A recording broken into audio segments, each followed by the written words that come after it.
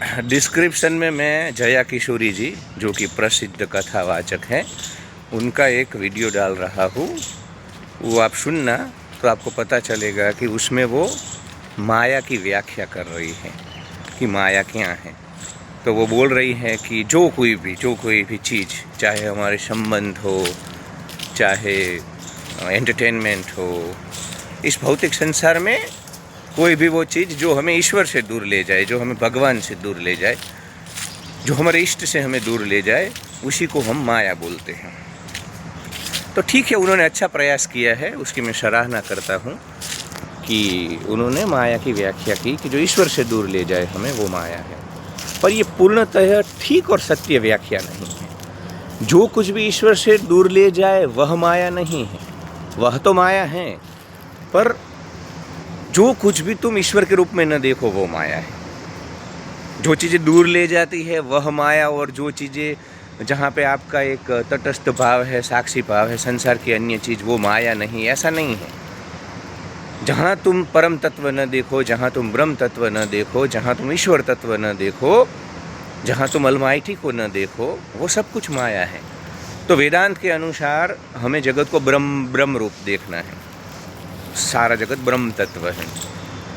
उसके अतिरिक्त किसी भी भाव में जगत में देखे, मतलब एग्जाम्पल के तौर पे आपको मैं बोलता हूँ, मिसाल के तौर पे, कि तुम लोगों में लोग देखो, मतलब इस प्रकार से दुनिया को देखो, पहाड़ों में पहाड़ देखो, नदी में नदियाँ देखो, तो वो सब कुछ माया है। क्योंकि वेदांत के अनुसार हमें चारों ओर एक ही परम तत्व का आविर्भाव करना है। तो परम तत्व के अतिरिक्त जड़ चेतन चारों ओर जो कुछ भी है, उसको किसी भी अन्य भाव में देखना, वह माया है। तो जो मन पे छाया वही माया। मन के ऊपर जो भौतिकता की छाप छोड़ दे और ईश्वरी तत्व हम नहीं देख पाए, ब्रह्म तत्व नहीं देख पाए, वो सब कुछ माया है। तो यहाँ पे मैं थोड़ा इनका खंडन करता हूँ कि वह चीज़ जो दूर ले जाए वही नहीं, सब कुछ जो हम ईश्वर के अतिरिक्त या ब्रह्म तत्व के अतिरिक्त देखते हैं, वह सब कुछ माया है। दूसरा, मैं यहाँ पे यह भी बोलना चाहता हूँ कि उपनिषदों की जब शुरुआत हुई तब ईश्वर की या भगवान की कल्पना नहीं थी, मूर्ति पूजा भी नहीं थी।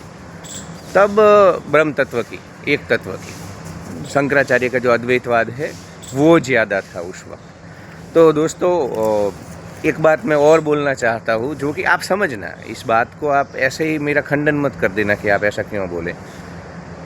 ईश्वर से दूर ले जाए वह सब कुछ तो माया है, ईश्वर खुद माया है। भगवान और मूर्ति पूजा वो भी खुद माया है। देखिए, आप इस बात को समझने की कोशिश करना, मैं किस भाव से ये बोल रहा हूँ। हमने मूर्ति पूजा इसलिए शुरू की थी, हमने ईश्वर की कल्पना इसलिए दी थी कि जो संसार रूपी माया है, जो भौतिकता है, जहाँ पे हम रहते हैं, वहाँ पे राग द्वेष होते हैं, कोई अपना पराया होता है, सुख दुख होता है, लोग हमें सुख देते या दुख देते हैं, हम मान अपमान, जय पराजय, निंदा स्तुति, लाभ हानि, सिद्धि असिद्धि, ऐसे भाव में उतार चढ़ाव महसूस करते हैं। तो हमें ईश्वर रूपी एक और माया करीब, जैसे मिसाल के तौर पे मैं बोलूँ, कोई इंसान अगर मतलब ये अल्कोहल का बहुत ज़्यादा सेवन करता है, अल्कोहलिक बन चुका है, तो उसको अल्कोहल छोड़ने के लिए थोड़े दिन वो बियर पीता है कि भाई मैं विस्की नहीं लूँगा, अभी बियर लूँगा, धीरे धीरे मैं अल्कोहल को छोड़ूंगा। उसी प्रकार आपको मैं देखूँ कि सांप का जो जहर होता है, आपको अगर स्नैक बाइट हो जाए तो उसका जो जहर है सांप का, उसका जो ट्रीटमेंट है, वो जो वैक्सीन है उसकी, वो जो मेडिसिन है उसकी, जिससे कि सांप का जहर उतर जाएगा, वो भी सांप के जहर से ही बनती है। तो जैसे सांप के जहर को सांप का ही जहर मार सकता है, उसी प्रकार माया को अगर आपको ख़त्म करना है, जो संसार में आप जगत को माया रूप देखते हो, सुख पाते हो, दुख पाते हो, दुख का अनुभव करते हो, उस अनुभूति को और अनुभव को अगर ख़त्म करना है तो दूसरी माया क्रिएट करनी पड़ेगी। तो फिर हमने मूर्ति पूजा, ईश्वर, इस प्रकार के सभी कल्पनाएं दी, और मधुर कल्पनाएं हैं। मधुर, मैं तो इस बोलता हूँ कि हम ही थे भारतवर्ष के लोग जिन्होंने इस प्रकार की सबसे बड़ी बातें की, बड़ी कल्पनाएं जगत को दी, थियरीज दी। तो ये भी एक माया है। अब समस्या ये होती है कि संसार रूपी माया तो छूट जाती है, पर लोग संप्रदाय, पंथ और मूर्तियों की माया में फंस जाते हैं। तो पंथ, संप्रदाय, मूर्ति पूजा एक रास्ता है, टूल है। आप बाइक लेकर के एक जगह से दूसरी जगह पे जाते हो, एक मिसाल के तौर पे आप ट्रेन में बैठ करके बॉम्बे से दिल्ली जाते हो, दिल्ली आते ही उतर जाते हो ना, क्योंकि लक्ष्य दिल्ली है। जो आपकी ट्रेन थी वो तो एक माध्यम था। उसी प्रकार पंथ, संप्रदाय, मूर्ति पूजा, ईश्वर की कल्पना, ईश्वर की अवधारणा, भक्ति, सभी परंपरा, ये सब टूल हो सकते हैं, साधन हो सकते हैं। पर लोग क्या करते हैं अनफॉर्चुनेटली, उसमें भी माया बना दी, उसमें भी हमारा संप्रदाय में भी ये हमारे लोग, ये हम, मतलब तो क्या मतलब, संसार रूपी जो माया थी, जो कचरा था, उसको काउंटर करने के लिए और एक हमने माया बनाई, ईश्वर की, कल्ट की, संप्रदाय की। पर जो जो सनातन का जो गोल है, जीवन लक्ष्य है, वो लिबरेशन है, जीवन मुक्ति है। मतलब मरने के बाद की बात तो की ही नहीं सनातन ने।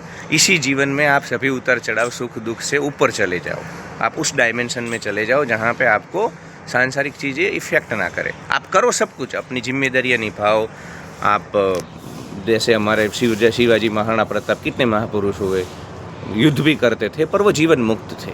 जरूरी था वो करते थे, क्योंकि जैसे क्रिकेट के नियम से चलती है, माया के नियम से चलती है। जब तक लोग जगे हुए नहीं हैं, आपको कभी वैसे ही उनके साथ व्यवहारिक जगत में निपटना होगा।